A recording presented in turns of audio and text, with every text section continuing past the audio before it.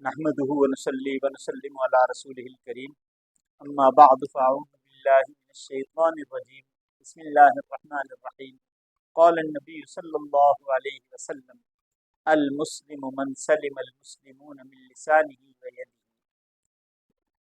صدق الله مولانا العظيم وصدق رسوله النبي الأمي الكريم۔ معزز سامعین کرام، پیارے آقا صلی اللہ علیہ وسلم کا ایک ارشاد میں نے آپ حضرات کے سامنے نقل کیا۔ فرمایا المسلم من سلم المسلمون من لسانه ویده۔ اس حدیث مبارکہ میں نبی آخر الزمان حضرت محمد مصطفیٰ صلی اللہ علیہ وسلم مسلمان کی تعریف فرما رہے ہیں، مسلمان کا تعارف کر رہے ہیں کہ مسلمان کون ہوتا ہے اور کیسا ہوتا ہے۔ فرمایا کہ مسلمان وہ ہے من سلم المسلمون، کہ جس کے ہاتھ سے باقی مسلمان اور اس کی زبان کی ایذا سے باقی مسلمان محفوظ رہیں۔ ہاتھ اور زبان کی ایذا سے باقی مسلمانوں کا محفوظ ہونا مطلب یہ کہ نہ تو وہ زبان سے کسی کو ایذا دے، نہ غیبت کرے، نہ چغلی کرے، نہ بدخوئی کرے، نہ برا بھلا کہے، نہ بد زبانی کرے، اس طرح کا کوئی فعل نہ کرے جس سے کسی مسلمان کو تکلیف ہو، اور نہ اپنے ہاتھ سے کسی مسلمان کو وہ تکلیف دینے والا ہو۔ مسلمان وہ ہے جو نہ ہاتھ سے نہ زبان سے کسی مسلمان کو ایذا دے۔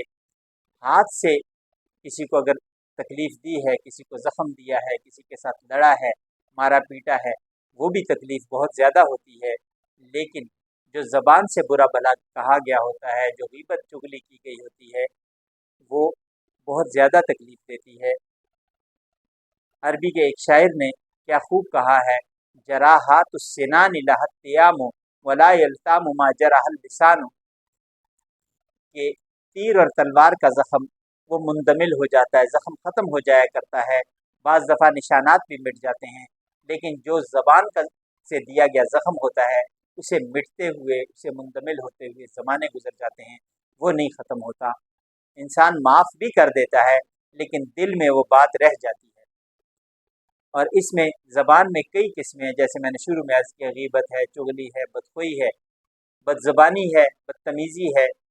ویسے تو ہمارا دین ہمیں جو تعلیمات دیتا ہے وہ ہمیں ادب کی تعلیم دیتا ہے، بڑوں کا ادب کرنا ہے، چھوٹوں کے ساتھ شفقت سے پیار سے پیش آنا ہے، لیکن اگر بد اخلاق شخص ہو، نبی کریم صلی اللہ علیہ وسلم نے ارشاد فرمایا کہ بد اخلاق اللہ کو ناپسند ہے، جس کے اخلاق اچھے نہیں ہیں وہ اللہ کو پسند نہیں ہے، اور اللہ کے نزدیک محبوب اور اچھا مسلمان وہ ہے جو اخلاق کے اعتبار سے اچھا ہے۔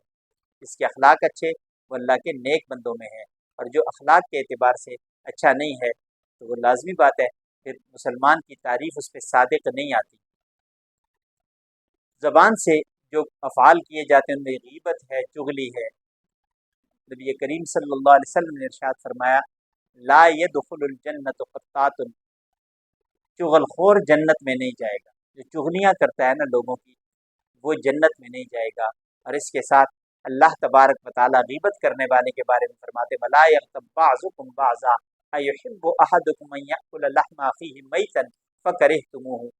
فرمایا کہ کیا تم اس بات کو پسند کرتے ہو کہ تم میں سے بعض دوسروں کے غیبت کریں؟ غیبت کرنا ایسا ہے جیسا کہ کسی مردہ بھائی کا گوشت کھانا۔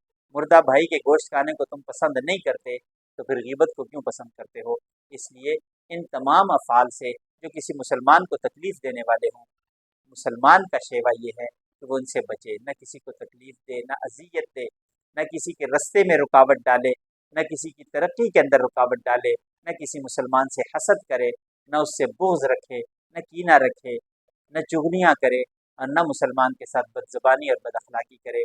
اگر ہم اپنے آپ کو سدھارنا چاہیں تو نبی پاک صلی اللہ علیہ وسلم کی اس حدیث کی روشنی میں ہم اپنے آپ کو سدھار سکتے ہیں۔ اللہ تبارک و تعالی ہم سب پہ اپنا فضل فرمائے۔